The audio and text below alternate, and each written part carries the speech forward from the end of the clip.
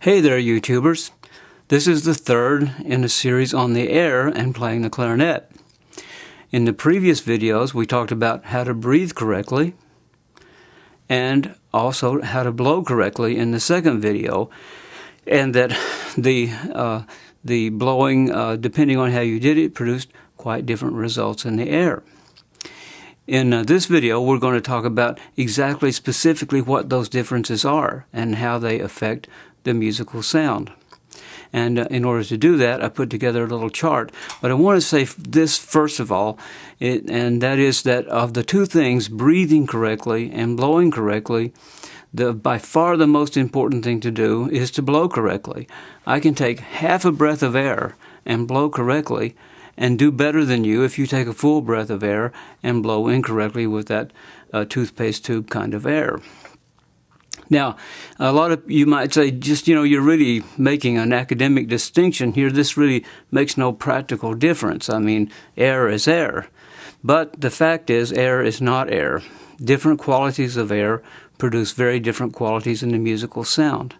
Aristotle tells us that everything that manifests or extends itself in time, space, matter has both quantity and quality. It's the qualities that make us recognize its uniqueness. That is, this barn from that barn, that red barn or a green barn, the quality of color causes us to be able to know the difference between a green and a red barn, or other things like that.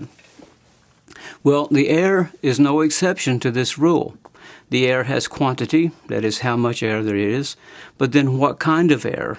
And there are all kinds of aspects to the qualitative, as we find the same with musical sound. I put a little chart together just to show you how different these two methods of blowing are in terms of the result. You notice the compression blowing there produces low volume, produces very fast air and speed. It produces high compression, and the temperature is cold.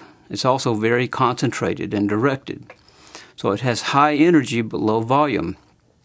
Whereas the toothpaste tube style of blowing, since it doesn't compress the air, it produces a high volume, but it has low compression. And so low compression essentially means low energy. The speed is slow, and the shape is very broad and diffused. And the temperature is warm. Well, of course, there are other influences on the air, on the qualitative aspects of the air besides how we blow. We're going to talk about one of those major influences in the next video. But in terms of just the blowing mechanism itself, you're much, much better off and much more efficiently using your air to blow with the compression method than with the diaphragmatic method. The influence this has on the clarinet sound is pretty amazing. Not only can you go longer with compression blowing because you're blowing with a high compression and low volume, but you're also producing a much richer sound, a much richer, more colorful, more resonant sound with less volume of air. It's the compression that gives the air the energy to produce all that and the focus and center.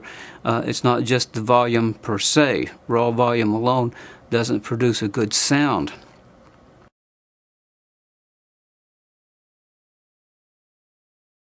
The qualitative aspects of musical sound.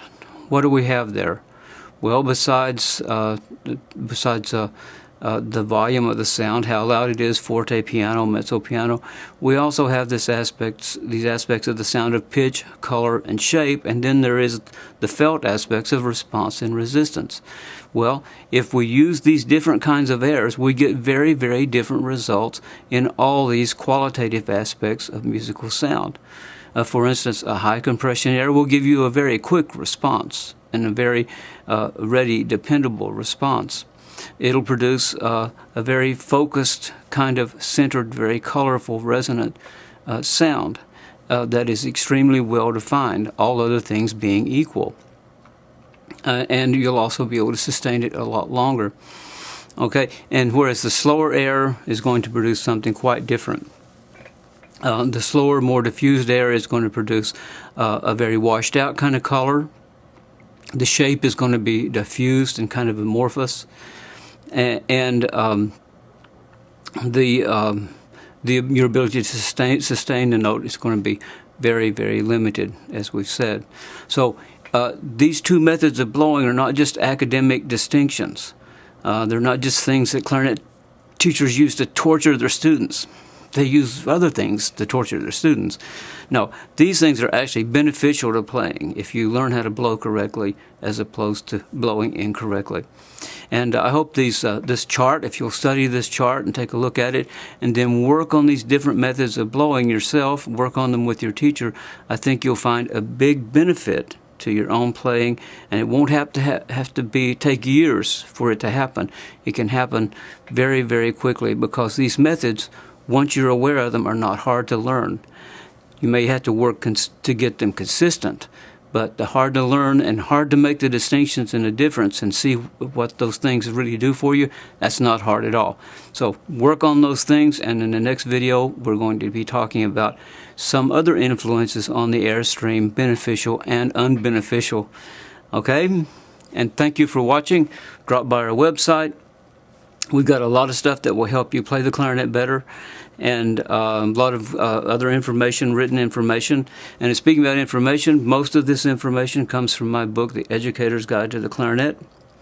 And I hope that you get a copy of it. I think you'll find it beneficial. It's very much fleshed out information than to what we can give here on the videotape. But they all coordinate and they're all helpful to your clarinet playing, which is what all this stuff exists for. Thank you very much. See you next week.